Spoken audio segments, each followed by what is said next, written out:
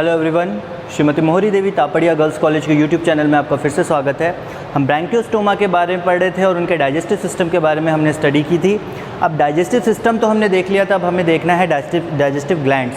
हमने एलिमेंट्री जो कैनाल है उसको दो पार्ट में डिवाइड किया था। एक डाइजेस्टिव ट्रैक्ट था जिसमें पूरा डाइजेस्टिव सिस्टम के जितने भी ऑर्गन्स आते थे वो थे, और दूसरा था डाइजेस्टिव ग्लैंड। और डाइजेस्टिव ग्लैंड जो होता है वो होता है यहाँ पे हेपाटिक डाइवर्टिकुलम। हेपाटिक डाइवर्टिकुलम को हम यहाँ ब्रैंकियोस्टोमा का डाइजेस्टिव ग्लैंड बोलते हैं। अब ये जो हेपाटिक डाइवर्टिकुलम है, यहाँ पे इसके बारे में थोड़ा सा देखते हैं। It is a so called liver of Branchiostoma, मतलब ये पर्टिकुलरली लिवर नहीं है, पर हाँ चूँकि ये फंक्शन वैसे करता है तो इसको एक तरह से लिवर माना जाता है ब्रैंकियोस्टोमा का। ठीक है, सो यहाँ पे आप ये लिख दो कि it is so called liver of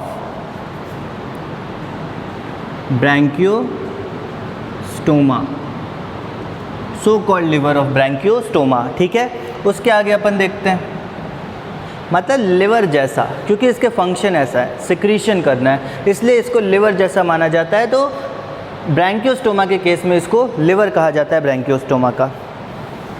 ये जो है एक पाउच टाइप का स्ट्रक्चर होता है, पैकेट टाइप का। It is a large pouch type structure. ठीक है, उसके आगे अपन देखते हैं, ये जो डेवलप होता है वो ईसोफेगस और मिडगट या फिर इंटेस्टाइन, अब बोलो ईसोफेगस और इंटेस्टाइन जहाँ पे मिलते हैं उस पर्टिकुलर जगह पे हेपाटिक डाइवर्टिकुलम का प्रोडक्शन होता है। हेपाटिक डाइवर्टिकुलम कहाँ प्रेजेंट रहता है? ईसोफेगस और इंटेस्टाइन जहाँ पे मिलते हैं, जो जंक्शन जहाँ पे वो मिलते हैं वहाँ पे ये मौजूद रहेगा हेपाटिक डाइवर्टिकुलम। तो develops at the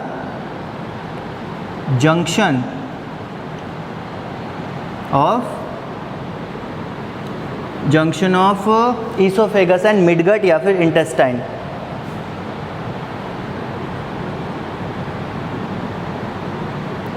oesophagus and the mid gut, या फिर आप यहाँ पे इंटेस्टाइन भी लिख सकते। ठीक है, उसके आगे अपन देखते हैं, ये जो है जंक्शन ऑफ ईसोफेगस यहाँ पे रहेगा। उसके आगे अपन देखते हैं, जंक्शन ऑफ ईसोफेगस हो गया। उसके बाद अपन देखते हैं ये प्रेजेंट रहता है फेरिंग्स के राइट साइड में। Okay, so lies at right side of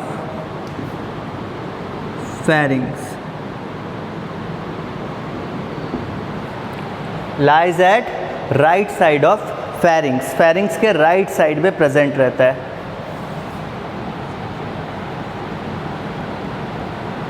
the inner walls जो हैं, इसके अंदरूनी जो दीवारें हैं या अंदरूनी जो लाइनिंग है वो पूरी तरह से लगभग कवर्ड रहती है सीलिया से, स्पेशली डॉर्सल और ventral side. The inner walls are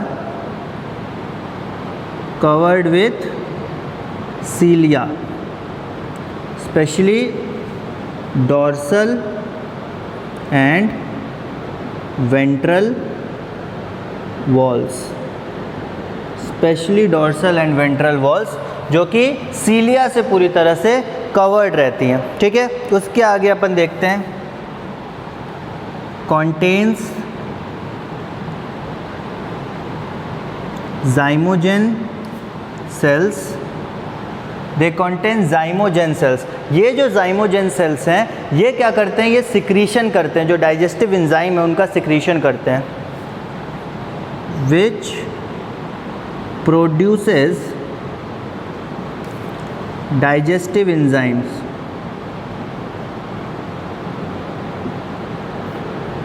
zymogen cells जो है वो डाइजेस्टिव एंजाइम का सिक्रीशन करते हैं। और जो डाइजेस्टिव एंजाइम है वो कौन कौन से हैं? वो है यहाँ पे एमाइलेज, लाइपेज और प्रोटीएजेज। ये तीन एंजाइम है, एमाइलेज, लाइपेज और प्रोटीएजेज, ये तीन टाइप के एंजाइम्स हैं। ठीक है, और ये जो एंजाइम्स हैं इनको मिडगट के ल्यूमेन में, या फिर अगर देखा जाए तो मिडगट के जो ल्यूमेन में ये जो एंजाइम, मतलब कि ये प्रोडक्शन कहाँ पे हुआ? हेपाटिक डाइवर्टिकुलम में। हेपाटिक डाइवर्टिकुलम कहाँ स्थित है?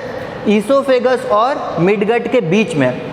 तो यहाँ पे जो एंजाइम सिक्रीट होगा उसको अपन मिड गट में या इंटेस्टाइन में पहुंचाना होगा डाइजेशन को कंप्लीट करने के लिए। जो डाइजेस्टिव एंजाइम्स उनको मिड गट में पहुंचाना होगा, तो मिड गट में एंजाइम्स पहुंचते हैं। क्योंकि इसके वॉल पे सीलिया प्रेजेंट रहता है, तो वो सीलिया का मूवमेंट होता है, उस सीलिया के मूवमेंट से ये एंजाइम जो है मिड गट में पहुंचते हैं। तो ये जो एंजाइम है वो मिड गट में सीलियरी मूवमेंट से पहुंचते हैं, सीलियरी मूवमेंट से ये एंजाइम जो है मिड गट में जाते हैं। ठीक है, समझ में आ गया। ये जो एंजाइम्स है वो सीलियरी मूवमेंट से, सीलिया मूव करेगा, उसके थ्रू एंजाइम भी मूव करेंगे और मिड गट में या फिर इंटेस्टाइन में बोले तो यहाँ पे ये पहुँच जाएंगे।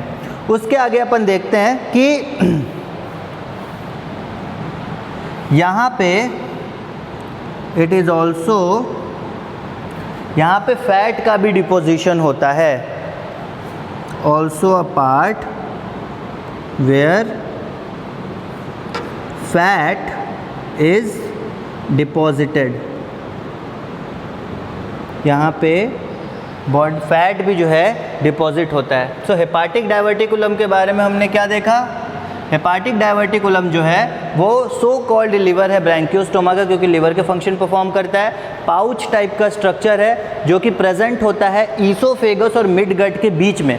वो जगह जहाँ पे ईसोफेगस और मिड गट मिलते हैं वहाँ पे प्रेजेंट होता है ये हेपाटिक डाइवर्टिकुलम।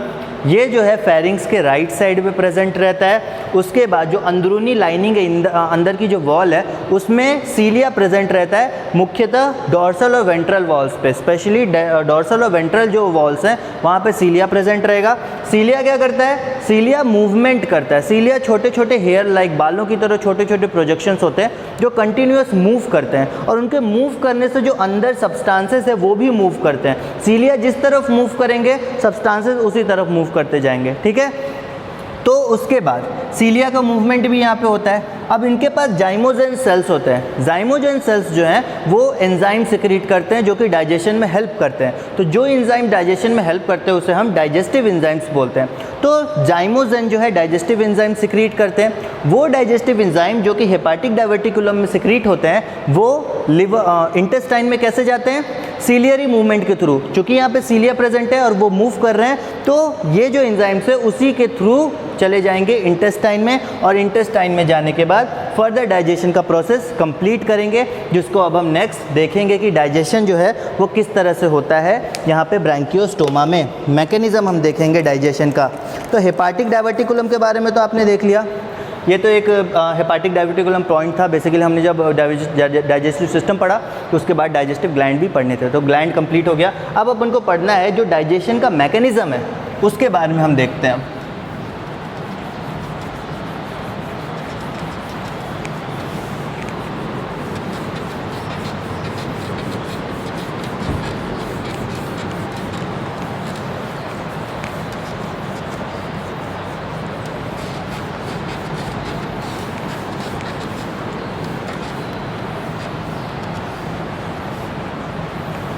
अब आते हैं अपन मैकेनिज़्म पे। अब डाइजेस्टिव मैकेनिज़्म अगर हम देखें या फिर फूड फीडिंग मैकेनिज़्म हम देखें, मतलब जो खाना खाते हैं वो पूरा मैकेनिज़्म बॉडी में कैसे होता है, फूड अंदर कैसे जाता है, उसके बाद जो प्रोसेस होता है वो कैसे कंप्लीट होता है। तो फूड फीडिंग मैकेनिज़्म हम ब्रैंकियोस्टोमा का अगर देखें तो ब्रैंकियोस्टोमा का यहाँ पे हम पढ़ रहे हैं अब फूड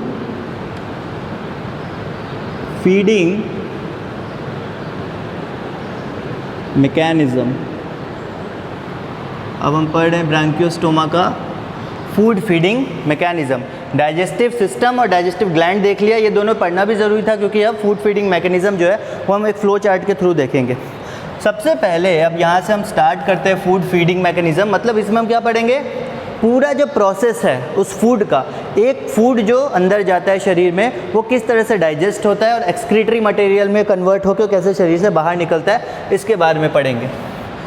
तो सबसे पहले फूड फीडिंग के लिए फूड की ज़रूरत है। सबसे पहले किसकी ज़रूरत है? फूड की। ये फूड सबसे पहले कहाँ जाएगा? शरीर में माउथ। फूड को सबसे पहले कौन लेगा? माउथ लेगा।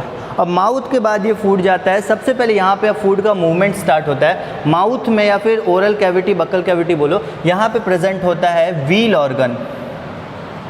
व्हील ऑर्गन ये जो व्हील ऑर्गन है इसका एक बहुत मेन फंक्शन है, आपने पढ़ा होगा और मैंने पहले भी बताया कि ये जो व्हील ऑर्गन है ये वाटर करंट प्रोड्यूस करता है। वाटर करंट प्रोड्यूस करने का मतलब पानी का एक बहाव है वो प्रोड्यूस करता है, पानी में फोर्स क्रिएट करता है। तो ये जो पानी है जब शरीर के अंदर जाता है तो एक्सटर्नल एनवायरनमेंट में जो भी फूड मटेरियल प्रेजेंट होगा या जो फूड मटेरियल माउथ के अंदर आया होगा वो फूड मटेरियल भी इसके साथ साथ शरीर के अंदर चला जाएगा। तो यहाँ पे व्हील ऑर्गन का जो फंक्शन है उसके बारे में देखो कि इट प्रोड्यूसेस वाटर करंट। ये जो है वाटर करंट प्रोड्यूस करता है जो फूड को अंदर फिसला देता है या फिर आप फूड इससे ये निगल लेते हैं, ठीक है। To sweep the food inside mouth. ये जो है वाटर करंट प्रोड्यूस करता है जिससे फूड जो है माउथ के अंदर चला जाता है, फिसल जाता है और इसके बाद अंदर वाले ऑर्गन्स में चला जाता है। उसके बाद व्हील ऑर्गन के बाद आता है आपका यहाँ पे बक्कल सिर्राई। बक्कल सिराई ये भी एक हेयर टाइप का या फिंगर टाइप के प्रोजेक्शन होता है बक्कल सिराई। अब बक्कल सिराई क्या करते हैं, ये अपने आप को कर्व करते हैं और एक सीव टाइप का स्ट्रक्चर बनाते हैं ताकि जो फूड पार्टिकल है उसको छानने के लिए या फिर एक तरह से जो लार्ज फूड पार्टिकल्स हैं उनको रोकने के लिए। बक्कल सिराई तो ये क्या करते हैं, अपने आप को कर्व्ड करते हैं या फिर मोड़ते हैं।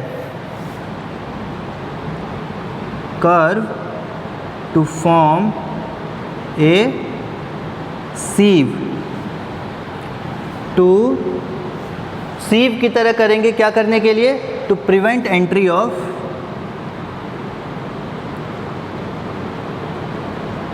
Large food particles.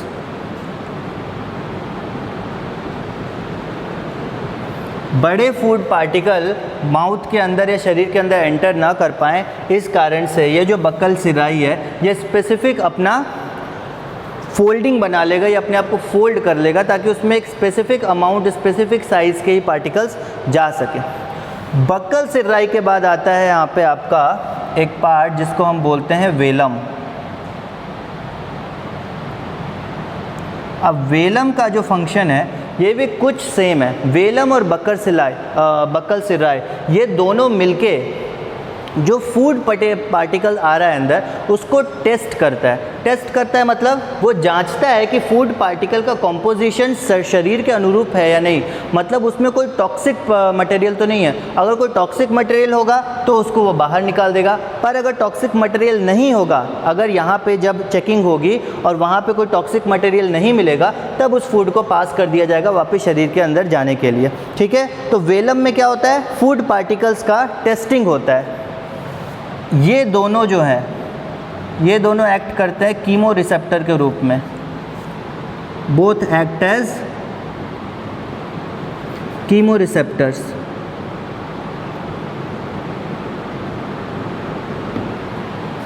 Check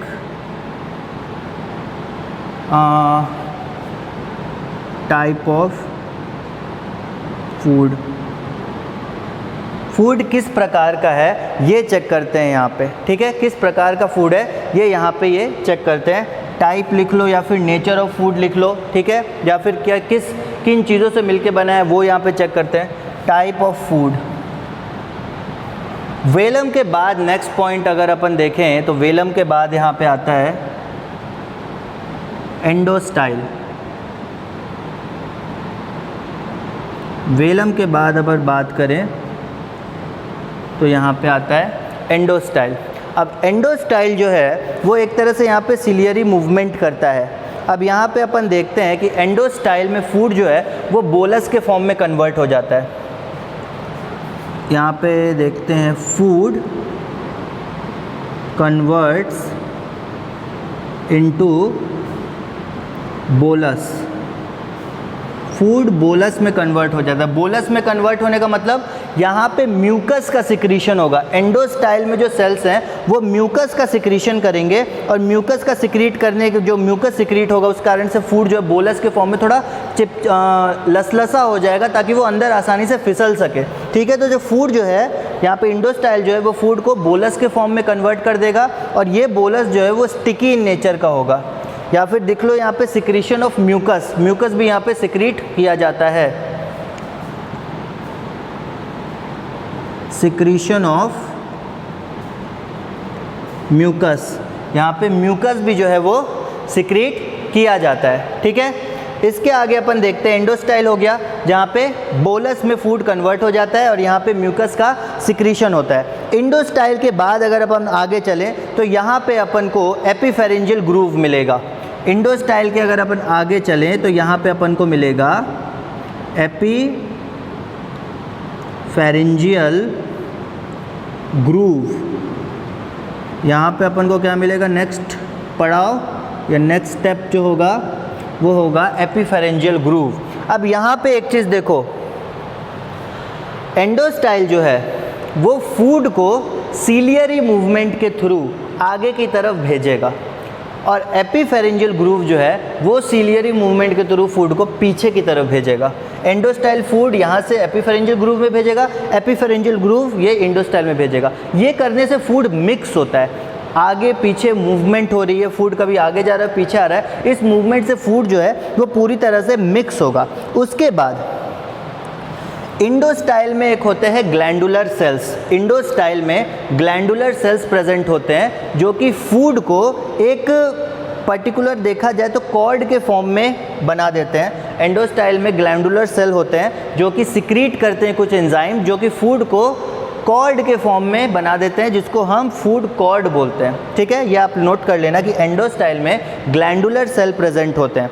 glandular cell कुछ डाइजेस्टिव एंजाइम सिक्रीट करते हैं जो कि फूड को या फिर बोला जाए बोलस को किसमें कन्वर्ट कर देते हैं, कॉर्ड की तरह कन्वर्ट कर देते हैं, उसको हम फूड कॉर्ड बोलते हैं। ठीक है, एपीफेरेंजियल ग्रूव अपन पहुंच गए। इस पॉइंट को कहीं आपको नोट करना हो तो लिख लेना। मैं इंडोस्टाइल यहाँ पे मैं इसको ऊपर लिख देता हूँ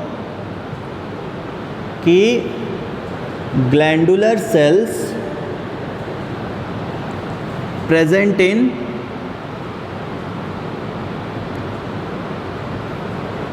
एंडोस्टाइल, या फिर आप ऐसे लिखो secretion of glandular cells present in endostyle converts bolus into a cord called food cord। ठीक है, तो ग्लैंडुलर सेल जो सिक्रीट होता है, इंडोस्टाइल में ग्लैंडुलर सेल प्रेजेंट होता है, उसकी जो सिक्रीशन होती है वो बोलस को, बोलस क्या हुआ, वैसा फूड पार्टिकल जिसमें म्यूकस प्रेजेंट है, बोलस को फूड कॉर्ड में कन्वर्ट कर देता है। ठीक है, सो अब यहाँ पे इसके आगे आप ये लिख लेना, मैं इसको मिटा दूंगा अभी। ग्लैंडुलर सेल जो कि एंडोस्टाइल में प्रेजेंट है, ग्लैंडुलर सेल कुछ हार्मोन्स, कुछ एंजाइम सिक्रीट करता है जो कि एंजाइम्स जो है बोलस को एक कॉर्ड टाइप के स्ट्रक्चर में कन्वर्ट करती है जिसको हम फूड कॉर्ड बोलते हैं। ठीक है, उसके आगे हम देखते हैं नेक्स्ट। इंडोस्टाइल हो गया, एपीफेरेंजियल ग्रूव हो गया, अब यहाँ से हम पहुँचेंगे फेरिंग्स में। इंडोस्टाइल हो गया, एपीफेरेंजियल ग्रूव हो गया, यहाँ से नेक्स्ट पोर्शन आता है आपका फेरिंग्स। अब फेरिंग्स में फूड जो है, अब ये जो बोलस आया फेरिंग्स में आपको याद होगा गिल स्लिट्स प्रेजेंट होते थे। ठीक है, यहाँ तक तो फूड आ गया। फेरिंग्स में जो है वहाँ पे गिल स्लिट्स प्रेजेंट होते थे। वो गिल स्लिट्स क्या करते थे, फिल्टर का एक तरह से काम करते थे, छन्नी का काम करते थे, जो कि फूड पार्टिकल आएगा वो बोलस वाला फूड पार्टिकल नीचे बैठ जाएगा अपने आप, और वो जो फूड पार्टिकल है जो पास कर पाएगा, एक्चुअल साइज़ का फूड पार्टिकल जो है वो वहाँ से पास कर जाएगा। तो फेरिंग्स का जो गिल स्लिट्स है वो एक छलनी की तरह काम करता है, छानने के लिए काम आता है। ठीक है, तो फेरिंग्स तक पहुँच गए। उसके बाद फेरिंग्स के बाद अपन देखते हैं, आते हैं नेक्स्ट ईसोफेगस में। फेरिंग्स से फूड कहाँ पास होता है, ईसोफेगस में। फेरिंग्स से फूड पास होता है आपका ईसोफेगस में। अब आपको ये चीज़ पता है कि फेरिंग्स से गिल स्लिट्स में क्या कहते हैं, आया फूड, गिल स्लिट से पास हो गया ईसोफेगस, और आपने अभी जस्ट पहले पढ़ा कि ईसोफेगस और मिडगट उसके बीच में डाइजेस्टिव ग्लैंड प्रेजेंट होता है, जिसको अपन क्या बोलते हैं, हेपेटिक डाइवर्टिकुलम, जो कि डाइजेस्टिव एंजाइम सिक्रीट करता है जाइमोजेन सेल की मदद से।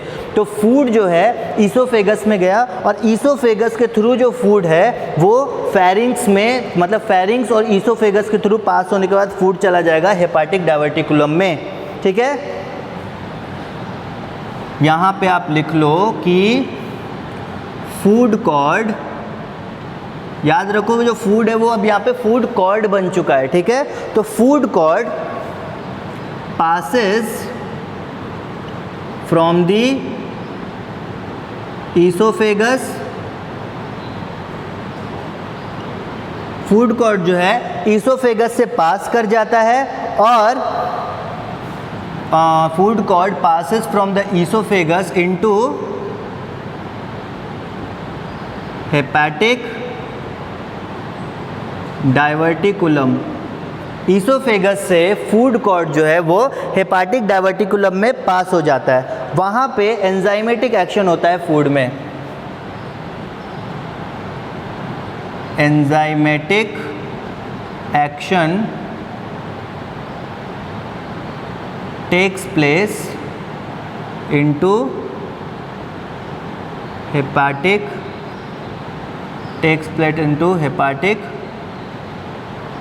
डाइवर्टिकुलम। एंजाइमेटिक एक्शन जो है वो हेपाटिक डाइवर्टिकुलम में होता है उस फूड के ऊपर। ठीक है, अब इस चीज़ को देखो अच्छे से, फूड कॉर्ड जो है, फूड कॉर्ड मैं बोल रहा हूँ, फूड कॉर्ड ईसोफेगस से पास होता है और होके जाता कहाँ पे, हेपाटिक डाइवर्टिकुलम में। हेपाटिक डाइवर्टिकुलम क्या है, डाइजेस्टिव ग्लैंड है। ठीक है, हेपाटिक डाइवर्टिकुलम क्या है, ये डाइजेस्टिव ग्लैंड है। अब यहाँ पे फूड पास हो गया, फूड हेपाटिक डाइवर्टिकुलम में गया, हेपाटिक डाइवर्टिकुलम में जाइमोजेन एंजाइम प्रेजेंट है, हेपाटिक डाइवर्टिकुलम में जाइमोजेन एंजाइम प्रेजेंट है, सॉरी जाइमोजेन सेल प्रेजेंट है, जहाँ पे डाइजेस्टिव एंजाइम्स है। एंजाइम्स कौन कौन से हैं, एमाइलेज है जो कि कार्बोहाइड्रेट को ब्रेक डाउन करेंगे, लाइपेज है जो कि फैट को ब्रेक डाउन करेंगे, और प्रोटीएजेज है जो कि प्रोटीन का ब्रेक डाउन करेंगे। तो तीनों फॉर्म्स को ब्रेक डाउन करने के लिए एंजाइम्स यहाँ पे प्रेजेंट है। जिस भी फॉर्म का इनके पास न्यूट्रिएंट जाएगा उसको ब्रेक डाउन करके सिंपलेस्ट फॉर्म में लेके आएंगे, उसके बाद उसको एनर्जी में कन्वर्ट करेंगे। ठीक है, तो यहाँ पे तीनों टाइप के एंजाइम्स जो हैं प्रेजेंट होते हैं, ताकि किसी भी टाइप का जो न्यूट्रिएंट आए, चाहे वो प्रोटीन हो, चाहे वो फैट हो, चाहे वो कार्बोहाइड्रेट हो, उसको ब्रेक डाउन किया जा सके और ब्रेक डाउन करके उससे एनर्जी ली जा सके। ठीक है, उसके आगे अपन देखते हैं, यहाँ पे तो पहुँच गए अपन, आपको एंजाइम्स के तो नाम याद हो गए, या उसको भी लिखना पड़ेगा, मतलब आप, मेरे पास यहाँ पे तो जगह नहीं है, बट आप लिख लो कि ये जो हेपाटिक डाइवर्टिकुलम है, और मैंने पिछले में लिखा था कि हेपाटिक डाइवर्टिकुलम में जाइमोजेन सेल्स होते हैं, जाइमोजेन सेल सिक्रीट करते हैं एंजाइम्स। यहाँ पे आप लिख लेना, लिख लो, चलो मैं यहाँ पे लिख देता हूँ, जाइमोजेन या जाइमोजेन सेल्स सिक्रीशन, यहाँ पे आप लिख लो एमाइलेज, लाइपेज और प्रोटीएज, ये तीन आपके एंजाइम्स हैं। ये कार्बोहाइड्रेट के लिए, ये फैट के लिए, और तीसरा प्रोटीन के लिए। ठीक है, ये तीन एंजाइम्स जो ये सिक्रीट होते हैं जाइमोजेन सेल के द्वारा हेपाटिक डाइवर्टिकुलम में। सिक्रीशन ये भी मैं लिख ही देता हूँ, इन हेपाटिक डाइवर्टिकुलम। ये इस पोर्शन को पहले लिख लो, पूरे को बाद में लिखना, इस पोर्शन को पहले लिख लो। Zymogen cell secretion in hepatic diverticulum, amylase, lipase और प्रोटीएज, ये तीन टाइप के एंजाइम जो है सिक्रीट होंगे। ठीक है, ये आपने नोट डाउन कर लिया, नहीं किया तो वीडियो को पॉज करके नोट डाउन कर लो, क्योंकि मैं इसको आगे कंटिन्यू करूँगा। ठीक है, तो ये तीन टाइप की सिक्रीशन होती है। अब इसको मैं मिटा रहा हूँ।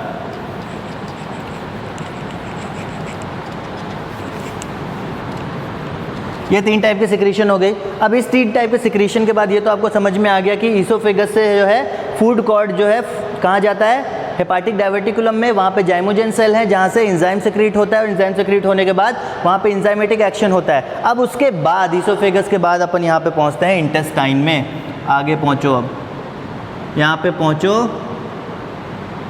इंटेस्टाइन में। डाइजेस्टिव एंजाइम जब एक्ट कर गया, ये जो डाइजेस्टिव एंजाइम है जो एक्ट कर गया उस फूड पे या फूड कॉर्ड पे, उसके बाद यहाँ इंटेस्टाइन में क्या होगा? इंटेस्टाइन में होगा एब्जॉर्प्शन। किस चीज़ का? न्यूट्रिशन का एब्जॉर्प्शन होगा। तो ये जो फूड कोर्ट से जो बचा हुआ सामान आएगा, जो चीज़ें बची रहेंगी वो यहाँ पे एब्जॉर्ब होंगी इंटेस्टाइन में। तो इंटेस्टाइन में एब्जॉर्प्शन हो गया, और जब एब्जॉर्प्शन पूरी तरह से कंप्लीट हो गया, सारा न्यूट्रिशन हमने एब्जॉर्ब कर लिया, तो अनडाइजेस्टेड फूड जो है वो एनस के थ्रू आउट हो जाएगा। इंटेस्टाइन के बाद अगर हम ऊपर आएँ तो यहाँ पे है एनस, जहाँ पे क्या पहुँचेगा? एनस पे पहुँचेगा डाइजेस्टेड फूड, और यहाँ से ये जो है शरीर के बाहर पहुँच जाएगा, आउट फ्रॉम द बॉडी।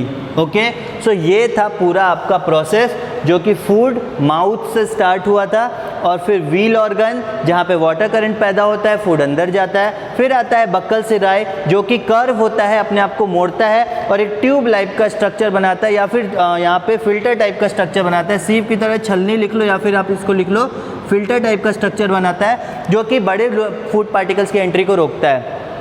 और उसके बाद आता है वेलम। बक्कल सिलाई और वेलम ये दोनों मिलके एक तरह से यहाँ पे क्या करता है?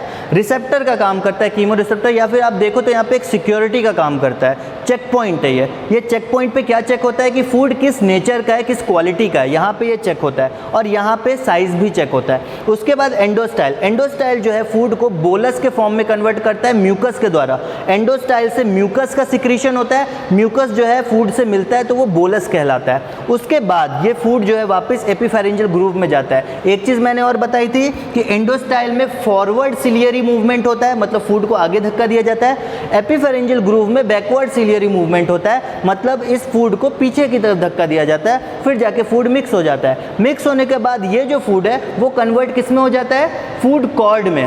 फूड कॉर्ड को कौन को कन्वर्ट करता है? यहाँ पे अपन ने देखा था कि ग्लैंडुलर सेल है, ग्लैंडुलर सेल की जो सिक्रीशन होती है उस सिक्रीशन के थ्रू जो फूड है ये कन्वर्ट हो जाता है आपके, ये कन्वर्ट हो जाता है फूड कॉर्ड में। फूड कॉर्ड में कन्वर्ट होने के बाद यहाँ पे देखा, फूड कॉर्ड में कन्वर्ट होने के बाद ये जो फूड है फेरिंग्स में जाता है, क्योंकि एक पर्टिकुलर फॉर्म में आ गया ये फूड। फेरिंग्स में आपके पास फेरिंग्स में गिल स्लिट्स प्रेजेंट होती है जो कि एक तरह से फिल्टर का काम करती है। वो जो गिल स्लिट्स है, पोर्स होते हैं, उसके थ्रू ये पास हो जाता है, ईसोफेगस में जाता है। ईसोफेगस से पास होकर ये अपने डाइजेस्टिव ग्लैंड में जाता है जिसको हेपाटिक डायवर्टिकुलम बोलते हैं। वहाँ पे जाइमोजन सेल्स होते हैं जो कि एंजाइम सिक्रीट करते हैं, जो एंजाइम्स होते हैं आपके एमाइलेज, प्रोटीएज और लाइपेज, और ये जो एंजाइम्स है वहाँ पे डाइजेशन करते हैं फूड का। डाइजेशन करने के बाद जो फूड में न्यूट्रिएंट होते हैं उनको इंटेस्टाइन पूरी तरह से एब्जॉर्ब करता है। उसके बाद जो वेस्ट मटेरियल बचता है वो एनस के पास जाता है और वहाँ से शरीर के बाहर निकल जाता है।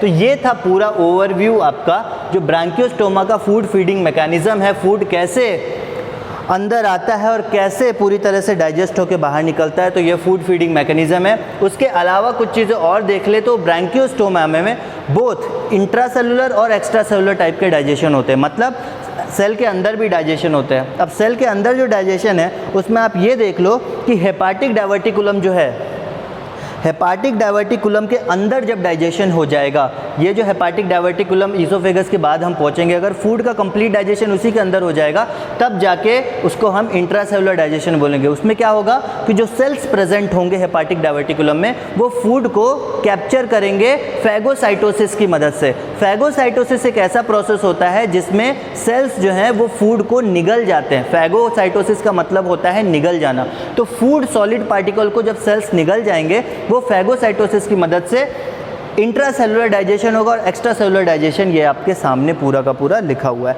ठीक है। उसके बाद अपन देखते हैं ये जो अपना पूरा प्रोसेस हो गया, तो ये था आपका फूड फीडिंग मैकेनिज्म। स्टार्ट से लेकर एंड तक हमने देख लिया। इंट्रासेलुलर एक्स्ट्रा सेलुलर दोनों टाइप के डाइजेशन होते हैं। इंट्रासेलुलर डाइजेशन होगा तो वो हेपाटिक डायवर्टिकुलम में होगा, और एक्स्ट्रा सेलुलर डाइजेशन होगा तो वो मिड गट में, या फिर सीधे सीधे बोलो तो आपका जो आउटर पोर्शन है उस पर होगा, सेलुलर सेल के अंदर नहीं हो रहा है, ठीक है, जो ऑर्गन दे रखे हैं उसमें हो रहा है। तो ये पूरा बेसिक स्ट्रक्चर था आपके ब्रांकियोस्टोमा फूड फीडिंग मैकेनिज्म का। आई होप कि आपको समझ में आया होगा। इसको 2-3 बार पढ़ना पड़ेगा, बट स्टिल अगर आपको ऐसे लिखोगे और ठीक से एक बार उसको पढ़ोगे, आई होप आपको ये बहुत जल्दी याद हो जाएगा, क्योंकि ये प्रोसेस ज़्यादा कुछ डिफ़िकल्ट नहीं है, बहुत ज़्यादा कुछ अलग भी नहीं है। कुछ पार्ट्स हैं जिनको आपको याद करना पड़ेगा, बट अगर आप सीरियल वाइज इसको याद कर लोगे, मतलब इसको अगर आप समझ लोगे, याद तो शायद मुश्किल से हो, पर अगर आप इसको समझ लोगे अच्छे से कि कौन सा फंक्शन कहाँ पे हो रहा है, किस फंक्शन के बाद कौन सा दूसरा नेक्स्ट प्रोसेस क्या है, ये अगर आप अच्छे से समझ लोगे इसको, तब आपको ये बहुत आसानी से याद हो जाएगा। सो आज का टॉपिक हम यहाँ ओवर करते हैं। आई होप कि आपको ये समझ में आया होगा और ये वीडियो पसंद आई होगी।